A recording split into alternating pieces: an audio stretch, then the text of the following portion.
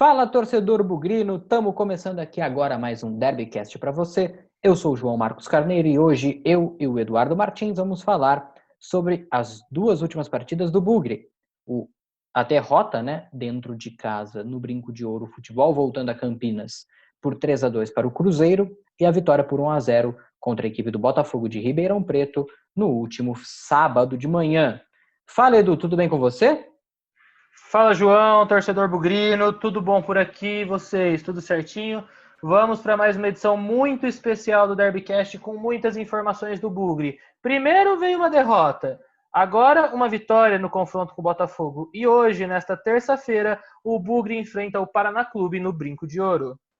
Nessa edição muito especial do Derbycast, eu também quero parabenizar o Guarani e a torcida bugrina pelos 42 anos do título brasileiro de 1978. É isso mesmo, na última quinta-feira, dia 13, o Guarani completou 42 anos do título brasileiro, da vitória por 1-0 diante do Palmeiras no Brinco de Ouro da Princesa. Então fica os parabéns, tanto para o Bugre como para a torcida bugrina por esses 42 anos do título nacional.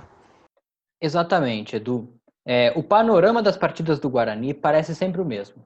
É posse de bola, toque para lá, toque para cá, assusta de vez em quando, perde um gol aqui, outro ali, né? De uma forma geral, até é melhor que o adversário, mas, por exemplo, contra o Cruzeiro, não deu certo, né? O pênalti para o Cruzeiro, eu acho que acabou sendo mal marcado, mas também o segundo gol do Guarani no jogo também estava impedido o gol do Didi. Então acabou ficando elas por elas, né? Um erro pelo outro. O resultado de 2-3, né, para o Cruzeiro. O Didi e o Wagninho fizeram os gols do Guarani na terça-feira passada, há uma semana, né? Então, e o Cruzeiro fez com o Marcelo Moreno batendo pênalti, o Regis e o Léo, que acabou fazendo o gol da vitória. O capitão cruzeirense, né? O jogador ali experiente da zaga do Cruzeiro. O que você achou desse jogo especificamente, Edu? Então, João, mais uma vez, o Guarani não teve uma atuação decepcionante. Teve momentos bons no jogo, mas na hora de decidir, a defesa falhou novamente, né? E o Guarani teve bons momentos no setor ofensivo. Gostei de alguns jogadores, principalmente o Wagninho, que mais uma vez se movimentou bem, fez o primeiro gol do Guarani no jogo logo no início da partida, mas lá atrás a equipe ficou devendo mais uma vez e o preço é caro. Ainda mais quando pega uma equipe qualificada, como o Cruzeiro, que está com diversos problemas nessa temporada, desde a temporada passada, acabou rebaixada para a Série B, começou o campeonato com menos 6 pontos, mas vem se recuperando e aproveitou muito bem as falhas do Guarani nesse jogo. Como ponto positivo, eu, na minha opinião, fico com Lucas Crispim e Wagninho. Como ponto negativo, com certeza, mais uma atuação decepcionante de Bruno Silva. Foi muito mal, mais uma vez. E isso, na minha opinião, foi o primeiro passo para o Guarani se recuperar no jogo seguinte, na vitória contra o Botafogo de Ribeirão Preto, né, João? Porque aí o Carpini, já um pouco pressionado pela torcida para mexer na equipe, ele mexeu e mexeu bem. Sacou o Bruno Silva foi para o banco de reservas, promoveu o retorno do Valber à equipe e pelo menos no setor defensivo nesse confronto contra o Botafogo, o Bugre teve uma atuação bem mais consistente, né, João? Exatamente, né? O Didi tinha feito a estreia ao lado do Bruno Silva contra o Cruzeiro, e aí para esse jogo contra o Botafogo, ele permaneceu na zaga e quem saiu foi o capitão Bruno Silva, e aí a partir já desse jogo contra o Botafogo, o Crispim acabou assumindo ali a braçadeira de capitão.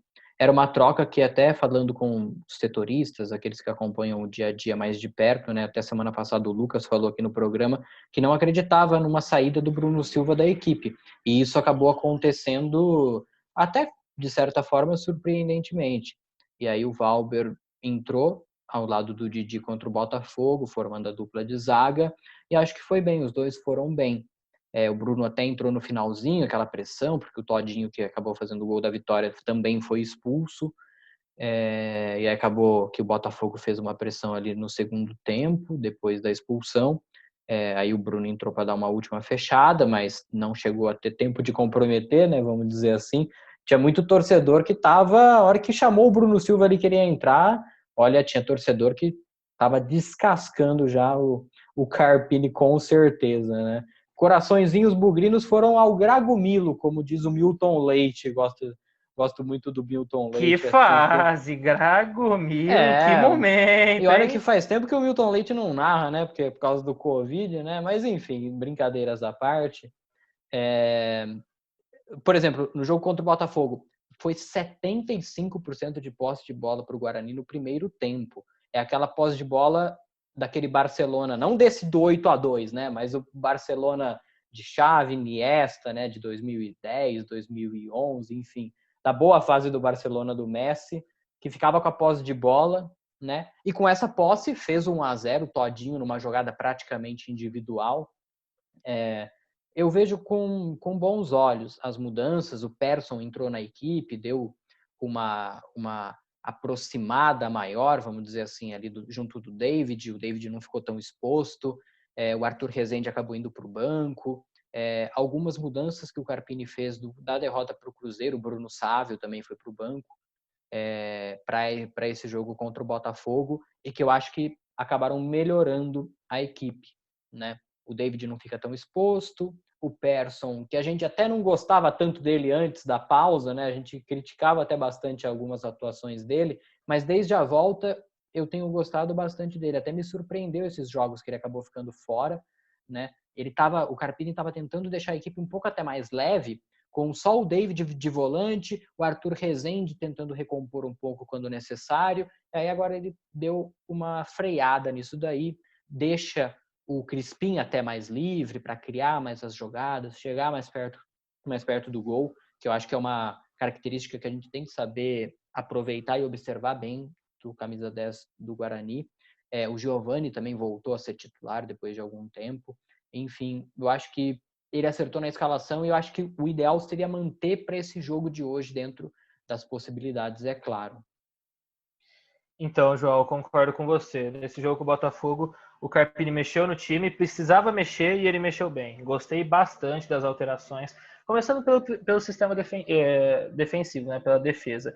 Não tinha mais como segurar o Bruno Silva, né? Num momento tão ruim, ele até, a informação que a gente tem é que ele resolveu tirar o Bruno Silva nesse jogo, ainda mais para evitar que o Bruno Silva continuasse sendo tão criticado que nem vinha acontecendo nas últimas rodadas. O Valber entrou bem novamente na zaga. É um zagueiro que eu ainda não tenho tanta confiança, mas que aos poucos vem se firmando, ainda muito jovem e vem mostrando suas qualidades. Então não tem por que não ser titular. Tem que ser titular nesse momento. E aí, na minha opinião, o Guarani encontrou uma certeza para a defesa, que é o Didi.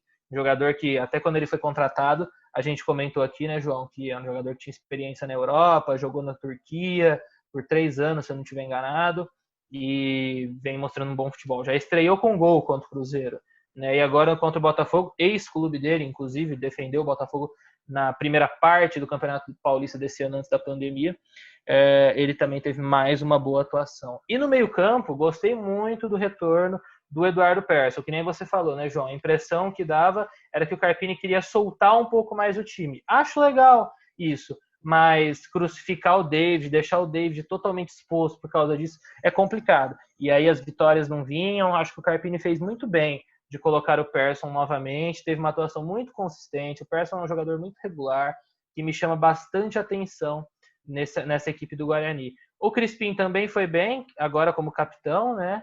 E o Giovani, na minha opinião, é o jogador mais talentoso do meio-campo do Guarani, é o jogador que pensa o jogo. E gostei muito também da entrada dele. E em relação ao Arthur Rezende, né, foi para o banco e acho que o Carpini acertou também mais uma vez. Porque a gente sabe, o Arthur Rezende tem qualidade, ele vai voltar a mostrar um bom futebol com a equipe do Guarani, que nem foi no ano passado, mas nesse primeiro momento ele estava mal, né? Então acho que o Carpini fez bem de segurar um pouquinho também e promover o retorno do Persson e a entrada do Giovani no meio.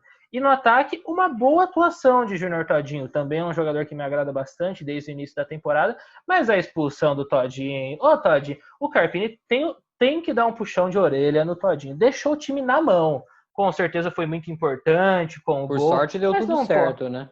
Exato, por sorte deu tudo certo, mas tomou um puta sufoco no final, né? Sem contar naquele calor absurdo de Ribeirão Preto, que não tem a mínima condição de fazer uma partida às 11 horas da manhã em Ribeirão Preto. Então o calor já estava super complicado por causa disso. O Todinho foi expulso e o Guarani tomou um enorme sufoco no final da partida. Bola na trave, teve que segurar lá atrás, mas deu certo. Mas se tomasse o empate, um pouco da responsabilidade ia na conta do Todinho. Não podia ser expulso de uma forma tão juvenil que ele foi ainda, né? Empurrou o rosto do jogador botafoguense. E o Wagninho hoje não brilhou, mas é um jogador com boa movimentação, vem se mostrando uma peça muito útil e acho que vai ter uma briga muito boa dele com o Rafael Costa no ataque, né? Acho que vai ser uma disputa que vai permanecer na equipe do Guarani para a sequência da temporada. E agora, para esse jogo de terça-feira, na minha opinião, o Guarani tem um jogo difícil pela frente, né, João? O Paraná começa bem essa Série B, com 7 pontos nas 3 primeiras partidas. O confronto é no brinco, mas vai ser parada dura, né? Exatamente. Só antes, assim, eu vejo a briga do Rafael Costa, ele é um jogador até diferente dos outros dois, do Todinho e até do Wagninho, que você colocou aí como a principal briga. O Rafael Costa é mais aquele centroavantão, mais parado, os outros dois se movimentam um pouco mais, então acho que vai ser mais uma questão do Carpini querer mudar ou o estilo do jogo, dependendo do adversário, ou dependendo da situação dentro da partida. Porque o Wagninho sai mais da área, vai para a ponta, mesma coisa do Todinho também, e acho super importante esse gol do Todinho, até porque ele não tinha marcado o artilheiro do Bugre na temporada, não tinha marcado desde confiança, né? não tinha marcado desde o retorno do futebol. Então, acho que isso com certeza vai tirar aquela nhaca, como dizem alguns. E esse calor todo, acho que tá fritando os miolos dele, porque não é possível. O jogo tranquilo, ele estava jogando bem, enfim.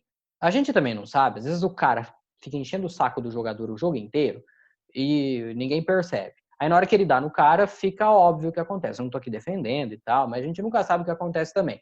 Não é possível que do nada ele virou e deu um tapa no cara, né? Enfim. Mas precisa ter um pouco de paciência também, né? Porque senão corre o risco de deixar o time na mão, que nem aconteceu nesse último sábado. E eu queria até elogiar, eu nem aqui no programa, eu nem fico xingando é ótimo, né?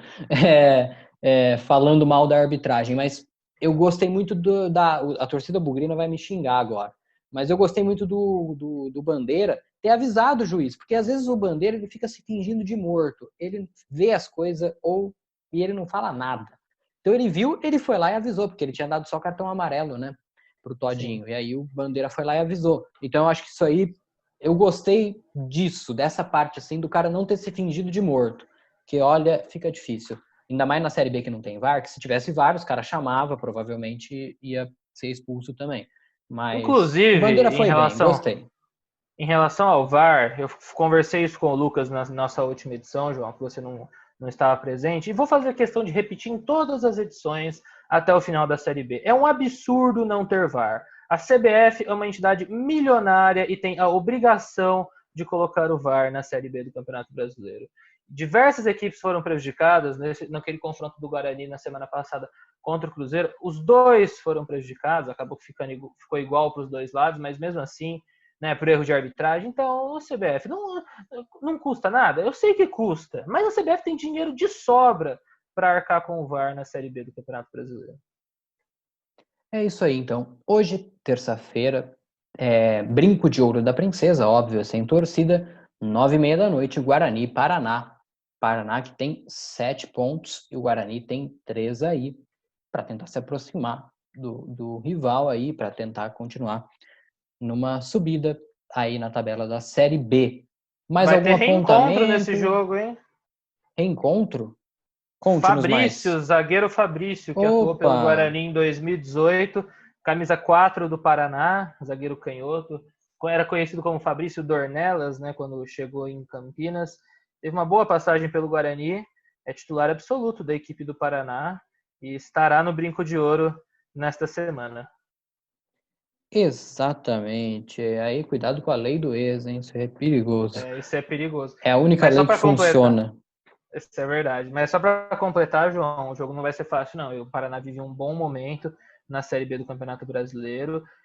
O Paraná tem um meia, que ele é pouco conhecido aqui no futebol brasileiro, mas fez praticamente carreira inteira na Europa, jogou Champions League já, atuou por muito tempo no Bate Borisov, chama Renan Bressan, enfrentou até Barcelona, Milan, em Champions League já, é o meia, camisa 10 do Paraná, vem tendo boas atuações, pode dar trabalho para o Bugre. Mas apesar do jogo difícil, eu vejo o Guarani com totais condições de sair com os 3 pontos nessa noite de hoje. Perfeito, boa sorte ao Bugre, boa sorte aí para toda a torcida aí nesse jogo. E é isso, eu me despeço por aqui. Um grande abraço para a torcida bugrina, um grande abraço para você, Edu. E é isso, tchau! Valeu, João, muito obrigado, torcida bugrina, pela audiência. Um grande abraço para todos vocês e bom jogo na noite de hoje. Um abração, tchau, tchau.